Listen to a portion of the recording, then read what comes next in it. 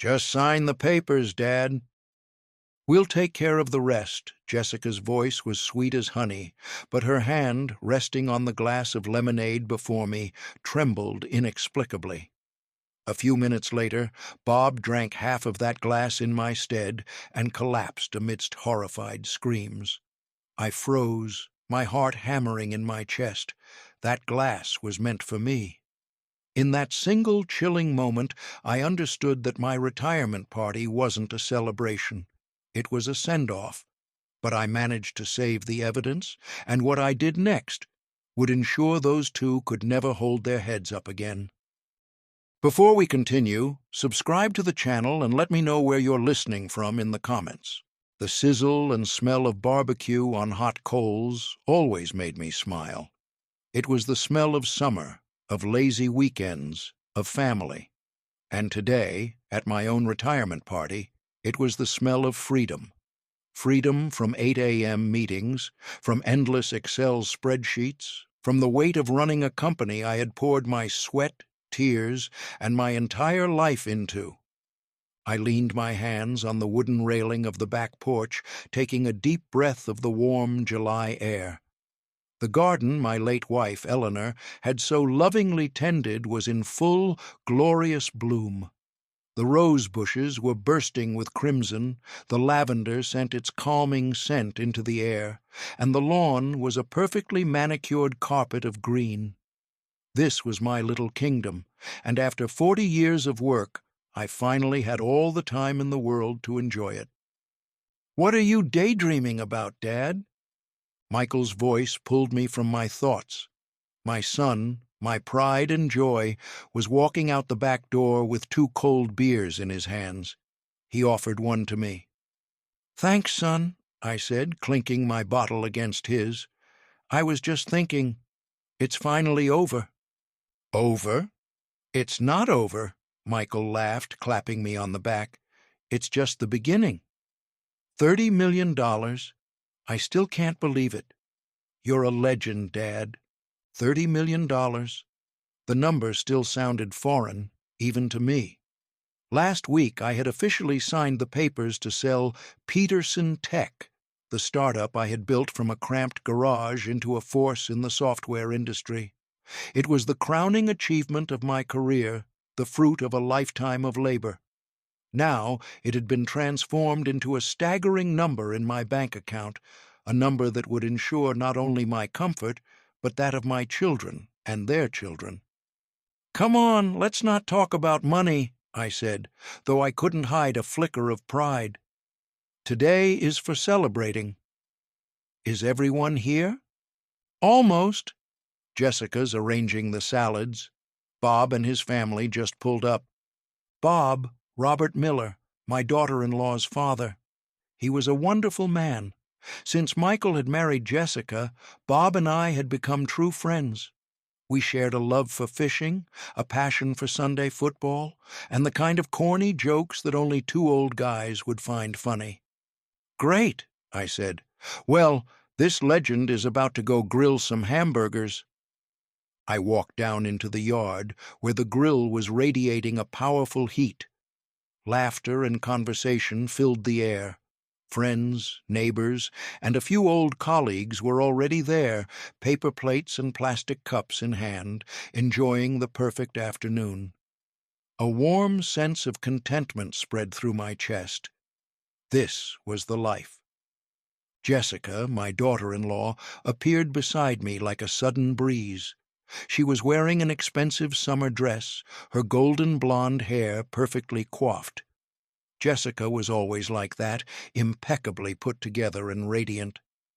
"Let me do that, Dad Art," she said with a bright smile. "Today is your day. You need to relax and enjoy yourself." "Oh, it's no trouble flipping a few burgers," I chuckled in response. "I'm used to it." "No," Jessica insisted. "Today, you're the king. Go sit with Bob. Michael and I will handle everything."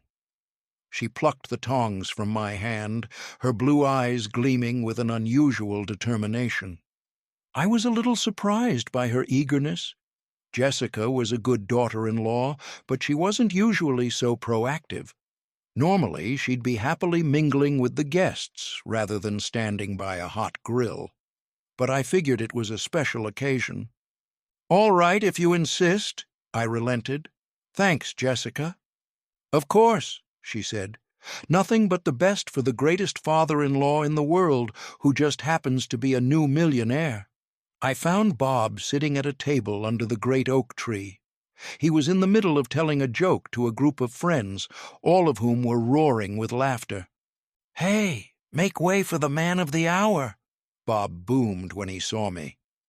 I sat down, and the lively conversation continued. We talked about everything under the sun, from our favorite sports teams to our plans for a fishing trip next month. I felt completely at ease.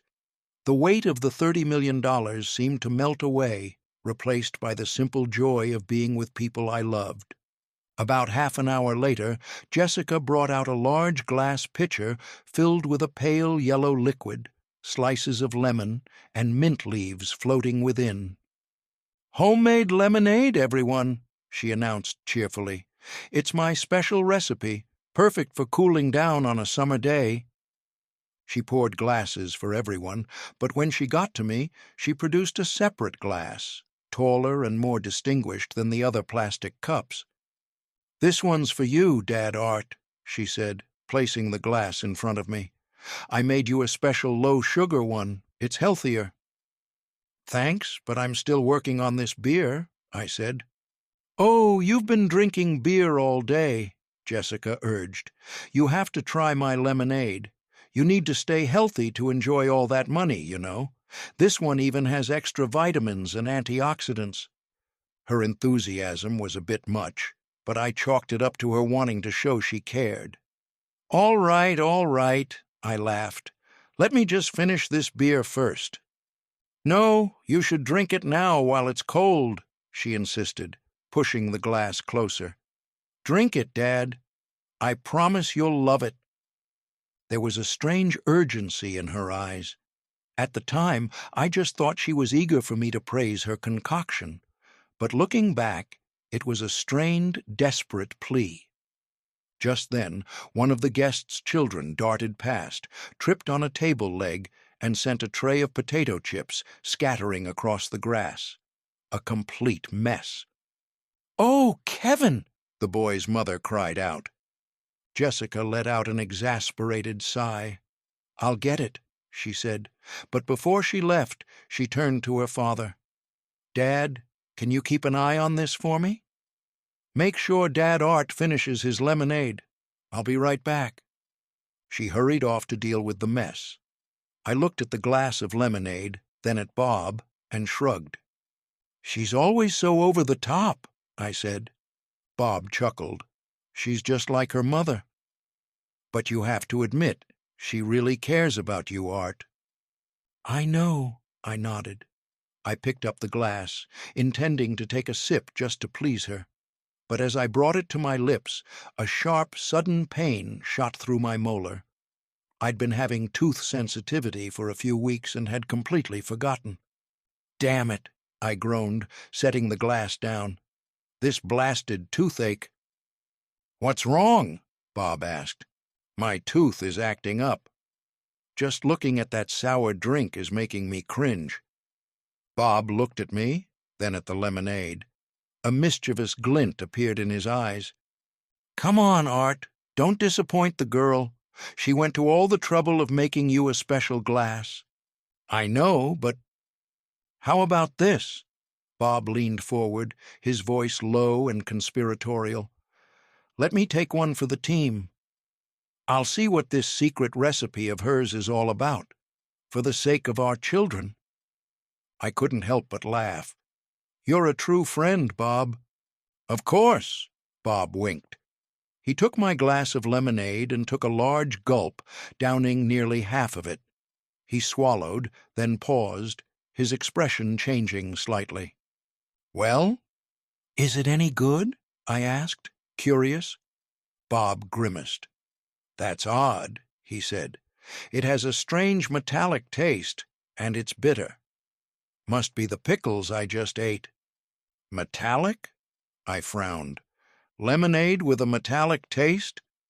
Probably just whatever vitamins she put in it. Bob waved it off. Anyway, it's not that great. You're not missing much. Just then, we saw Jessica heading back our way.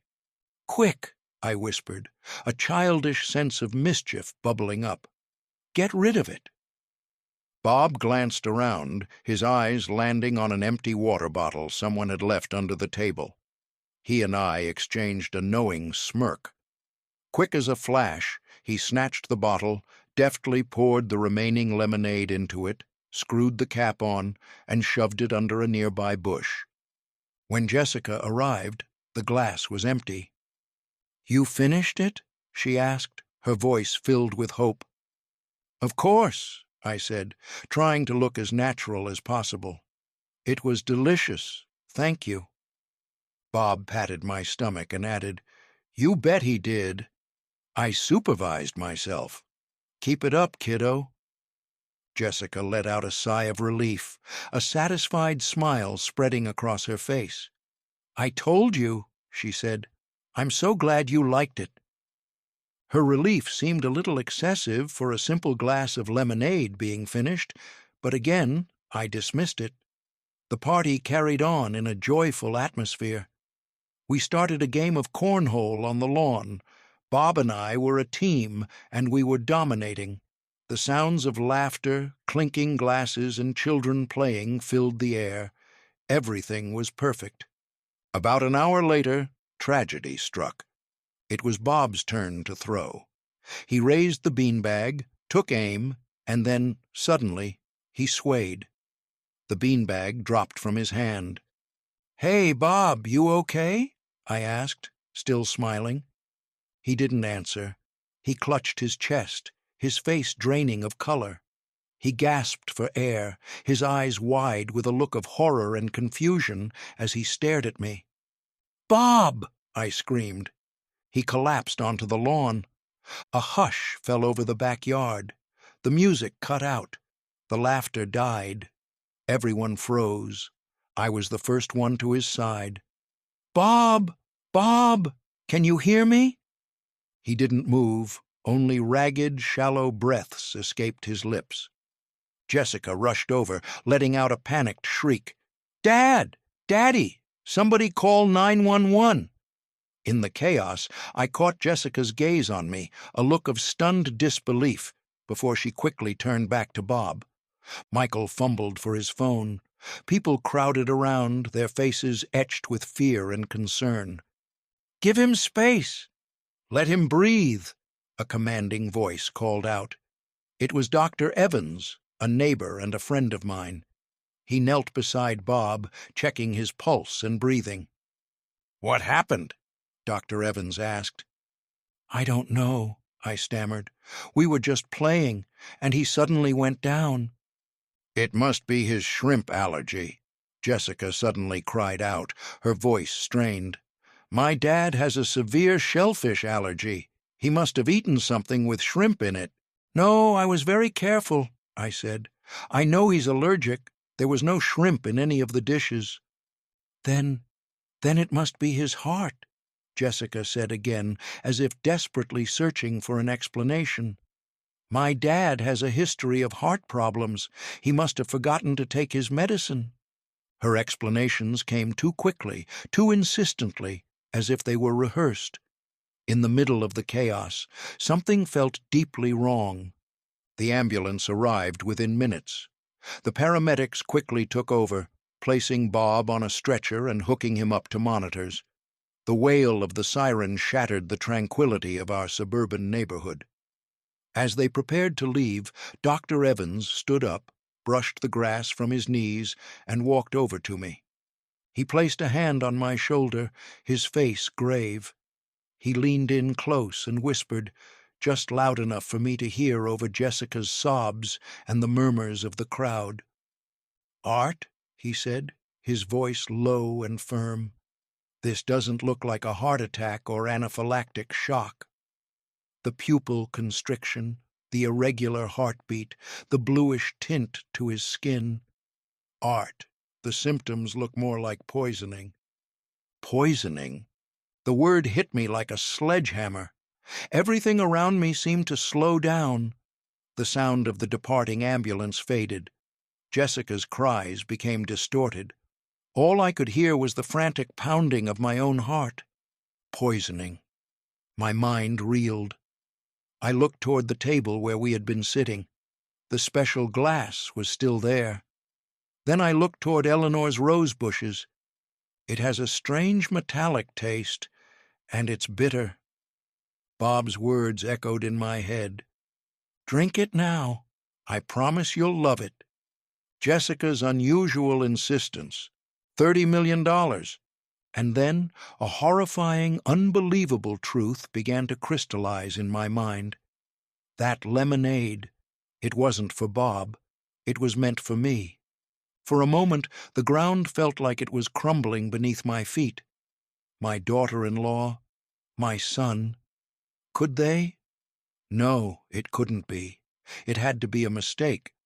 But the warning from Dr. Evans, an experienced physician, couldn't be a mistake.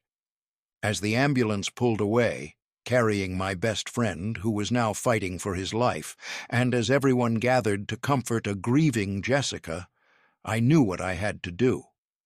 I quietly slipped away from the crowd, heading into the kitchen as if to get a glass of water. No one noticed me. With my heart pounding like a war drum, I slipped out the side door and circled around to the bushes where Bob had hidden the bottle. I knelt, my hands trembling, and parted the leaves. The water bottle was still there, containing the pale yellow, deadly liquid. I carefully picked it up, wrapped it in a clean napkin from a nearby table, and tucked it inside my jacket. It lay there, cold proof of an unthinkable crime, a betrayal I didn't even dare to name. I stood up and looked back at my ruined party. The smell of barbecue now seemed like the stench of death. The laughter was gone, replaced by whispers and fear. My retirement party, the first day of my free life. It had ended before it had even truly begun, and in its place, a different kind of battle, one far darker and more terrifying than any I had ever faced in a boardroom, had just been declared. The party was dead. Its demise wasn't loud, but a slow, gruesome fading. The last of the guests departed with forced words of comfort and pitying glances, leaving behind a ravaged backyard of scattered paper plates and dried ketchup stains. The smell of barbecue was now soured by the stench of fear. My house, my sanctuary, suddenly felt alien and menacing. The plastic bottle wrapped in a napkin, hidden under my jacket, felt like a block of ice against my skin. It wasn't just a bottle.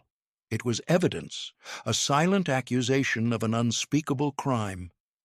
I sat frozen on my porch chair, staring into space, while Michael and Jessica were inside, making frantic, worried phone calls.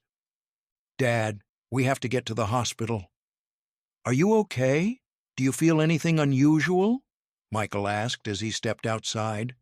His face was creased with concern, but now I couldn't help but wonder who that concern was for. For Bob, or for a plan that had gone wrong? Why would he ask me that? "Jessica is going in the ambulance. I'll drive you."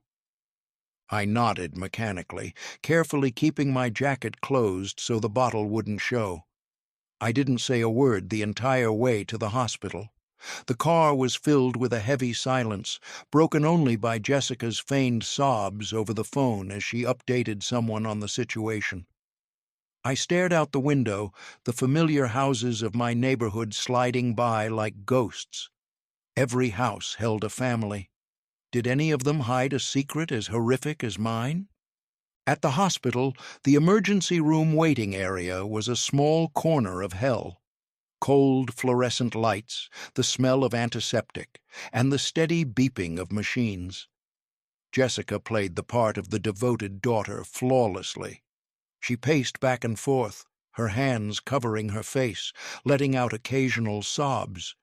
But between those sobs, I caught her stealing quick glances at me, cold, assessing looks before she sank back into her performance of grief. Michael sat beside me, repeatedly patting my shoulder. "Don't worry too much, Dad. Jessica's father is strong. He'll pull through." His words of comfort were now a form of torture. I wanted to pull out the bottle, slam it on the table, and scream in his face, "What is this? Why would you do this?" But I held back. Dr. Evans's words echoed in my ears. Poisoning.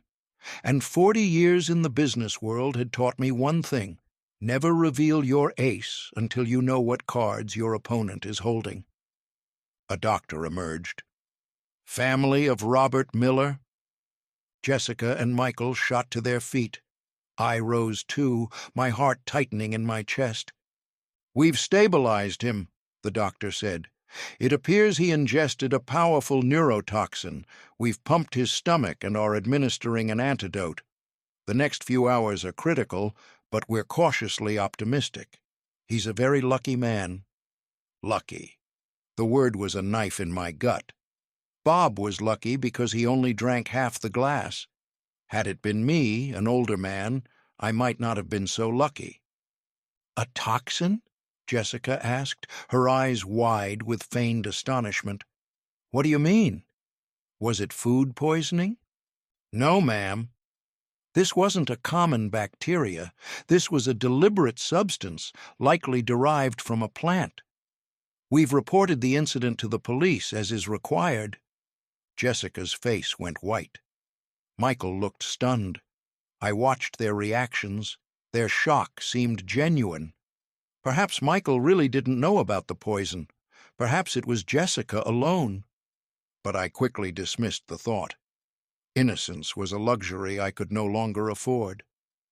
After the doctor left, I turned to Michael. "I'm feeling tired. You stay here with Jessica. I'm going to take a taxi home to rest." "No, Dad, you can't," Michael said quickly. "Let me take you. After what happened to Bob, I want to make sure you're all right. You shouldn't be alone right now."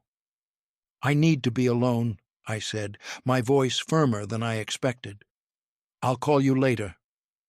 I didn't wait for a response. I turned and walked away, feeling their eyes on my back. I didn't hail a taxi. Instead, I walked to a street corner, pulled out my phone, and dialed a number I hadn't needed in years but had never forgotten. "Law offices of David Chen," a professional voice answered.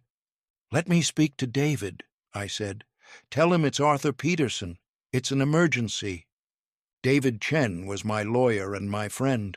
He had handled the sale of my company. A man who was sharp, calm, and utterly trustworthy. "Art?" David's voice came on the line a few seconds later. "What's wrong?" "I heard today was your party." "David," I said, my voice trembling, I think someone just tried to kill me, and I have the proof." There was a long silence on the other end. I could picture David sitting up straight in his leather chair, his expression turning serious. "Where are you, Art?" "Outside St. Mary's Hospital." "Stay right there. Don't go anywhere. Don't talk to anyone. Don't touch the evidence. I'll be there in 15 minutes. David arrived even faster than he'd promised. He pulled his black sedan to the curb and motioned for me to get in. Inside the car, he didn't ask any questions, just handed me a bottle of water. "Tell me everything," he said after I had taken a few sips. And I told him. I told him everything. About the $30 million, Jessica's strange insistence, the special lemonade, my toothache, Bob's noble gesture, the metallic taste, the collapse, and finally, Dr. Evans's warning. Then I carefully removed the napkin-wrapped bottle from my jacket. David looked at the bottle, then at me. He showed no shock, no disbelief. He just nodded slowly. "You did the right thing, Art," he said. "Saving this bottle was a stroke of genius. Now we have to move quickly and very carefully." "What do we do, David? Go to the police?" "Not yet. David shook his head. Right now, if we present this, Jessica could invent 100 stories. That she knew nothing, that someone switched it. We need more. We need motive, a full picture. He pulled out his phone. I'm going to call someone, Frank Miller, a private investigator, ex-cop, the best in the business. He'll know how to handle this bottle to preserve the chain of custody, and he'll find out everything about Michael and Jessica's financial situation. Their finances? Art, David said, his tone gentle but firm. $30 million is a very powerful motive. If Michael and Jessica are in trouble, it would explain everything. The meeting with Frank Miller took place the next day in a small, discreet coffee shop in the suburbs. He was a large, disheveled man with a salt-and-pepper beard and the weary eyes of someone who had seen too much of the dark side of life. But his handshake was firm, and his gaze was razor-sharp. David had coached me. I placed the bottle, now properly sealed in an evidence bag, on the table. Frank looked at it, then at me. "Are you sure you want to know the truth, Mr. Peterson?" Frank asked, his voice a low gravel. "Once you open this Pandora's box, you can't close it again." "I'm sure," I replied. Frank nodded. "All right. I'll get this to a trusted lab, maintaining a perfect chain of custody. We'll have results in 48 hours. In the meantime, I'm going to do a deep dive into your son and daughter-in-law. Bank accounts, credit cards, loans, social media, everything. By the time I'm done, you'll know their mailman's shoe size. The next 2 days were the longest of my life. I locked myself in my house, telling Michael and Jessica I was in shock and needed to be alone. The house was no longer a sanctuary. It was a prison. Every small noise made me jump. I checked the locks 5 times a night. I didn't dare eat anything left in the fridge. I subsisted on canned goods and bottled water. Paranoia crept into every corner of my mind. Every time the phone rang, my heart leaped into my throat. "Dad, it's me," Michael's voice said during one call. "Are you okay? We're so worried about you. Jessica was thinking maybe we should come stay with you for a few days, so you're not so lonely." "That's not necessary," I said quickly. "I'm fine. I just need to rest." "Are you sure you're okay there by yourself?" Jessica chimed in from the other line. "With all that money, we're worried you might be a target for bad people." Their words, once a show of concern, now sounded like thinly veiled threats. Bad people. Who were they talking about? On the afternoon of the second day, Frank called with the results. "Then you should probably sit. The lab results are in. The liquid in that bottle tested positive for oleandrin, a highly toxic compound found in the oleander plant. The concentration was very high. Not quite enough to be instantly fatal, but more than enough to cause permanent neurological damage, to turn a healthy man into a dependent invalid. This was no accident article. Someone tried to poison you." Even though I had prepared myself, my legs gave out from under me. I slumped into a chair. "There's more," Frank continued, his voice a flat monotone. "About the kids' finances. It's worse than we thought.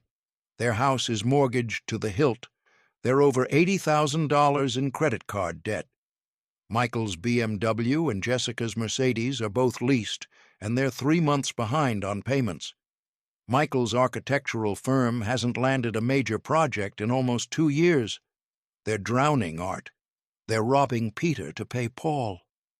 A complete picture emerged, ugly and cruel. On one side, my $30 million fortune. On the other, their abyss of debt. The poisoned lemonade was the bridge they intended to build between the two. "Art, are you listening?" Frank's voice pulled me back. "I'm here." "Listen to me carefully," he said, his tone hardening. "With $30 million on the line, desperate people like your son and daughter-in-law won't stop at one failed attempt. They will try again. Maybe not with poison, maybe an accident, a slip and fall. You need to be extremely careful." The call ended, but Frank's warning echoed in the silent kitchen. The fear in me gave way to resolve. They had underestimated me. I was Arthur Peterson, a man who had built an empire and dealt with sharks for 40 years. My son and daughter-in-law were just minnows. The shock was over. The grief was still there, a deep wound that would never heal. But now it was time to act. I was no longer a grieving father. I was a strategist. Immediately, I called a top security firm in the area. "I want a comprehensive system installed," I told the operator. "Not just cameras at the doors. I want hidden cameras. In the kitchen, the hallway, the living room, and especially in the stairwell leading to the basement." "Yes, sir. We can have a technician out there next week." "No," I interrupted. "I want you here tomorrow morning. I'll pay double." Next, I went online and ordered the smallest, highest-quality digital audio recorder I could find. Same-day rush delivery. By that evening, my house was no longer a prison. It was a fortress. The security technicians worked all day, installing invisible eyes everywhere. When they left, I sat in my study, a tablet in my hand, displaying feeds from 6 different angles inside my own home. I watched the empty feed of the kitchen where Jessica had mixed the deadly lemonade. I watched the silent hallway. I watched the dark basement stairs, where a fall could easily be dismissed as a tragic accident for an old man living alone. Frank was right. They would try again. But this time, I would be ready. The game had changed. They were no longer the hunters. They were the prey, and they were walking straight into a trap of my own making. I played the role of a grieving, senile old man, while my house, now a fortress, was under constant surveillance by hidden cameras. Michael and Jessica began visiting, bringing food and offering help. Their purpose was to probe my state of mind, with Jessica even suggesting I hire help to keep an eye on me. "Especially when you live alone." They were using her own father's tragedy as a weapon. The cruelty of it sickened me. "And you know," Michael added, "with all that money in the bank, you could be a target for criminals. This house is so big. It's not safe for you to be here alone." There it was. The play was beginning. "I've lived here for 30 years, I said. "This is my home." "But things are different now, Dad," Jessica said, her voice like poisoned honey. "Don't you think you should find somewhere safer? There are some wonderful retirement communities with 24/7 security. Or you could move in with us. We have a spare room downstairs. It's very convenient." I looked at them, their 2 young, sincere faces. They were inviting me into the lion's den. They wanted to isolate me, to control everything I ate, every pill I took, every call I made. And once I was completely dependent, they would take everything. The original plan wasn't to kill me, but to turn me into an invalid, a living ATM.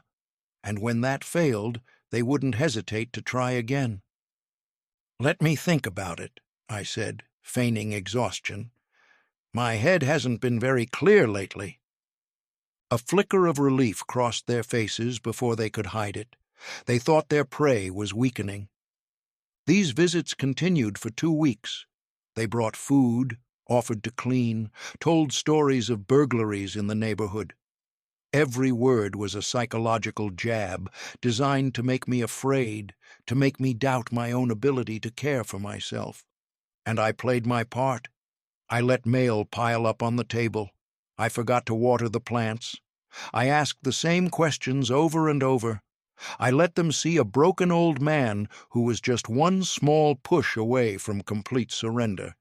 That push came on a Friday afternoon. "Dad," Michael called, his voice full of excitement. "I have an idea. Jessica and I are free this weekend. How about we come over and help you clean out the basement? I know there's a lot of Mom's old stuff down there.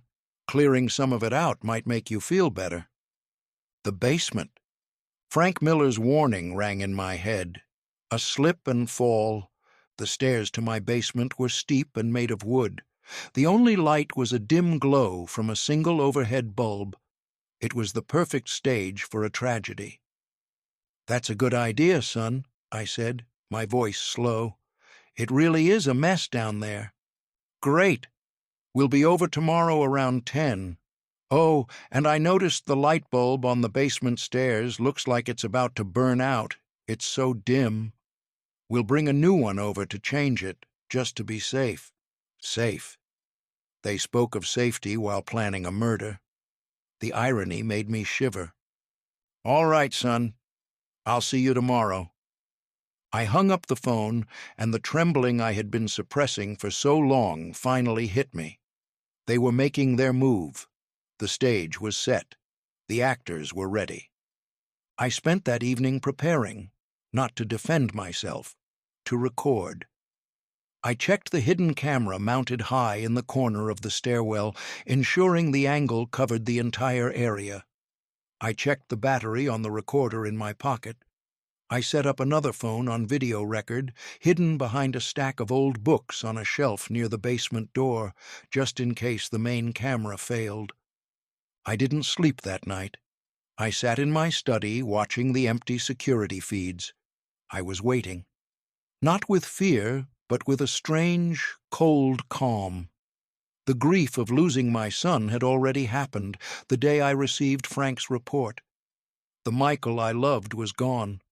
The man coming to my house tomorrow was a stranger wearing his face, and I would treat him as such.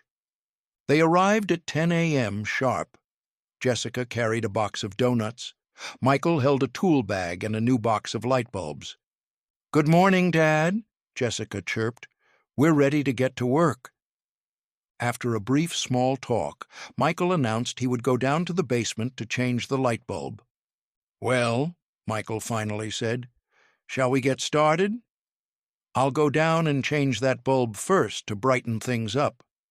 "Okay, I'll come with you," I said. "Oh, no need for that," Jessica interjected quickly. "It's so dusty down there." "You stay here and finish your coffee. Dad Art, would you like some hot tea?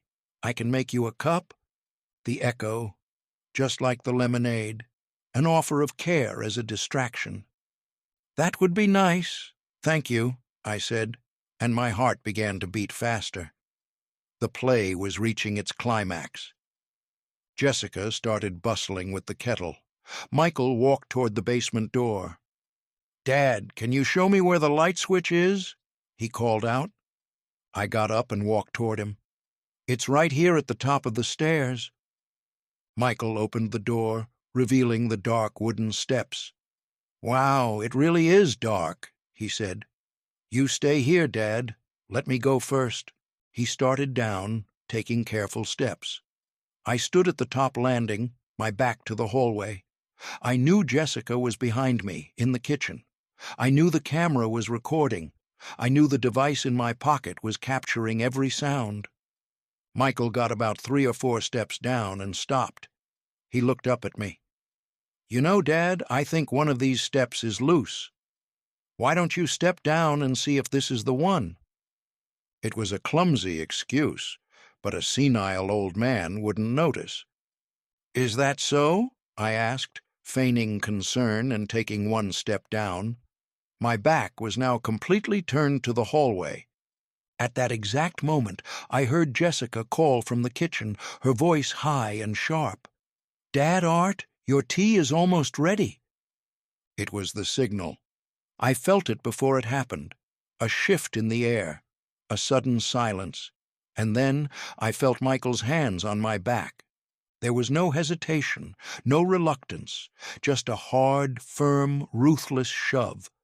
A shove designed to send a 65-year-old body hurtling headfirst down to the cold concrete floor below. But I was ready. The instant I felt the push, instead of resisting, I lunged forward with it. My full weight went into my arms, which were already gripping the wooden handrail. Michael's shove, instead of sending me tumbling, simply swung my body around the rail. My feet lost their balance for a second, but I quickly found my footing on the step below. I stumbled, but I did not fall. Silence descended on the stairwell. Michael stood frozen, his hands still outstretched, his face a mixture of shock, horror, and disbelief. He couldn't understand why I hadn't fallen.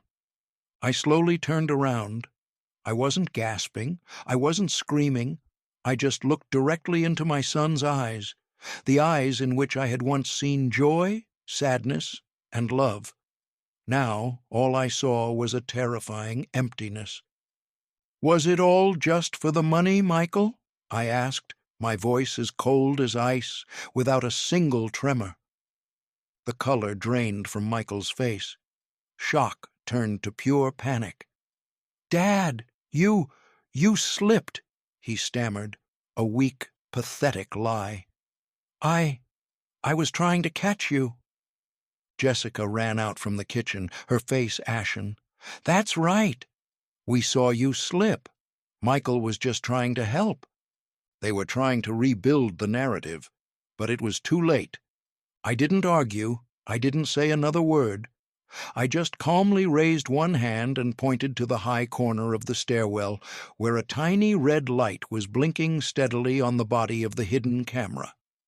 I held the pose in silence. Michael and Jessica followed my finger. At first, they didn't understand. Then Michael squinted, and then I saw the horrifying realization dawn on his face. His pupils dilated. His mouth fell open. Jessica saw it too. She brought a hand to her mouth. A choked gasp caught in her throat. The silence was absolute. No more lies, no more excuses. Just the steady blink of the recording device, capturing the moment their crime was exposed, capturing the complete and utter implosion of my family.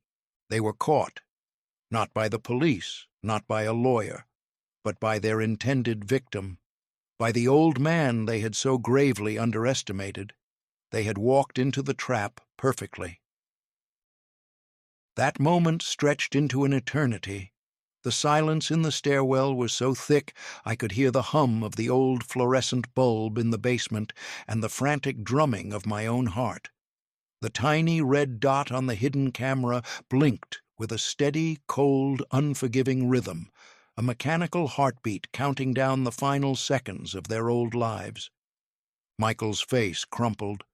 The initial panic was quickly replaced by a hollow emptiness, an absolute surrender to the fact that the game was over. He wasn't looking at me anymore. His gaze was fixed on that red dot, as if it held a hypnotic power.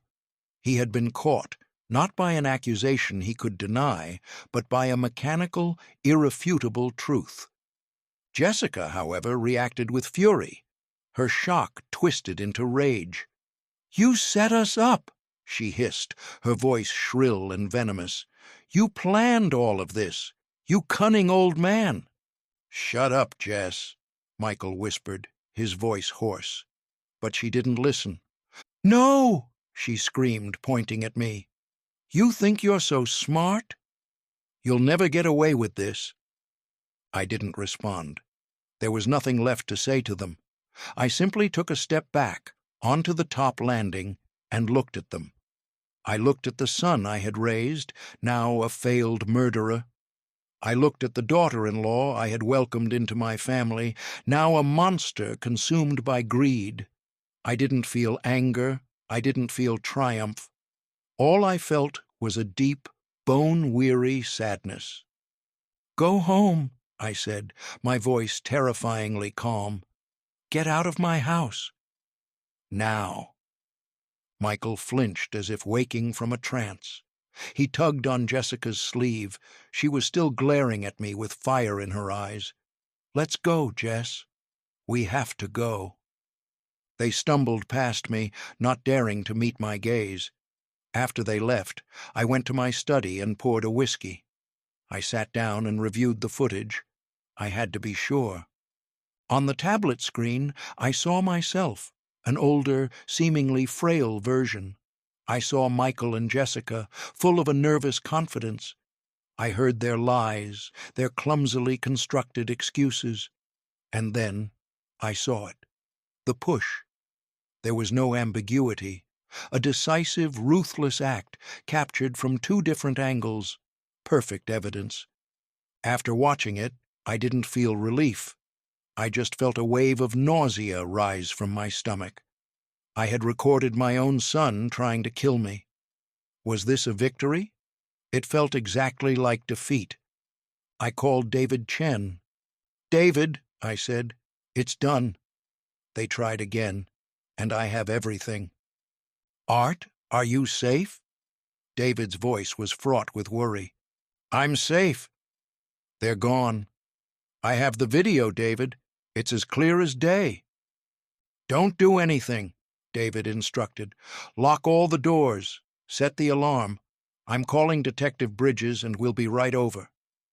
An hour later, my house was full of strangers. David, Detective Bridges, a middle-aged woman with sharp eyes and a no-nonsense demeanor, and two uniformed police officers. I handed them the tablet. They watched the video in silence. When it finished, Detective Bridges looked at me. There was no pity in her eyes, only a professional empathy. "Mr. Peterson, I'm very sorry you had to go through this," she said. "This is undeniable evidence. We have more than enough to issue a warrant for their immediate arrest." She took out her phone and began giving orders. David placed a hand on my shoulder. "It'll be over soon, Art." I didn't know if that was true. It felt like it was just beginning. The arrests were made that afternoon, and their empire of debt and deceit crumbled.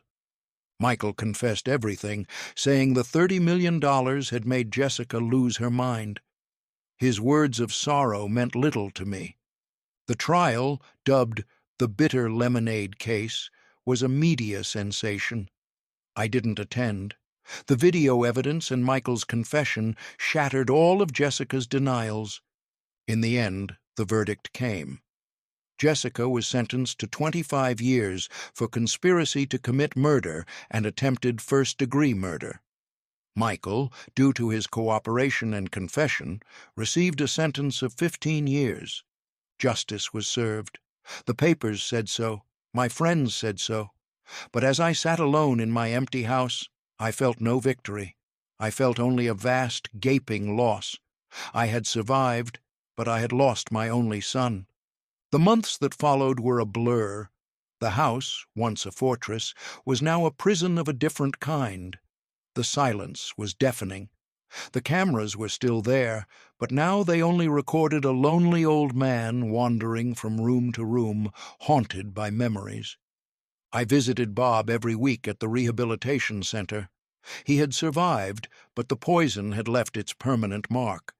His left arm was partially paralyzed, and he walked with a limp, but his spirit was unbroken. "Hey, at least we'll have a hell of a story to tell our grandkids, right?" he joked during one of my visits, his speech slightly slurred. We never talked about Jessica or Michael. We didn't have to.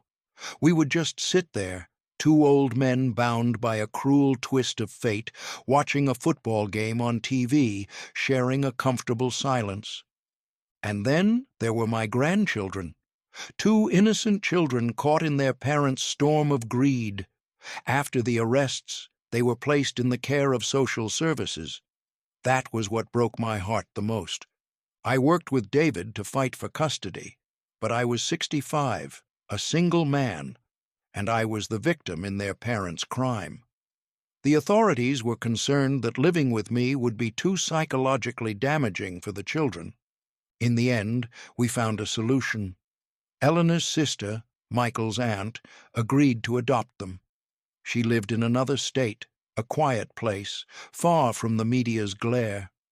I saw them one last time before they left. We sat in a sterile office at the Social Services Building.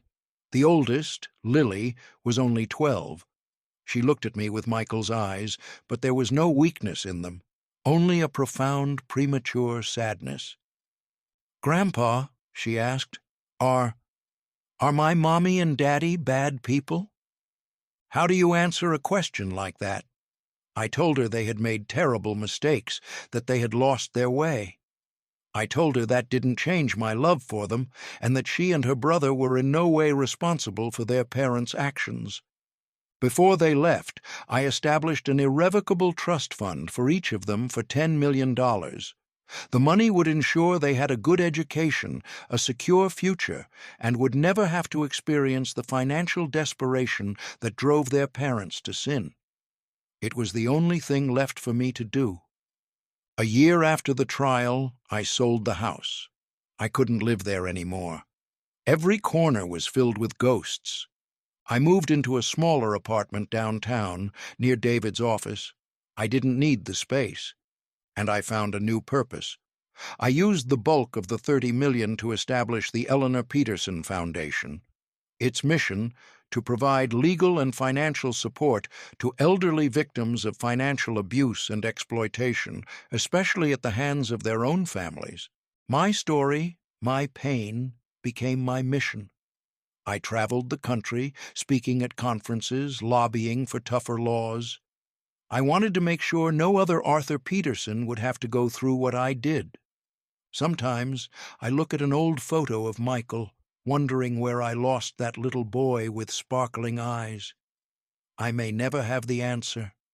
I lost that little boy somewhere along the way. Maybe I was too busy building my company. Maybe I gave him too much without teaching him the value of hard work. Or maybe some people just choose the dark path. I'll never have the answer. Justice had won. But the price was a broken family, a disabled best friend, and a father's heart that would forever bear an unhealable scar. I survived, yes, but sometimes surviving is the hardest sentence of all. Thank you for listening to the story until the end. If you've ever been through a similar situation or have any thoughts on this story, please share them in the comments so we can discuss them together. Don't forget to subscribe to the channel and turn on notifications so you don't miss the next story.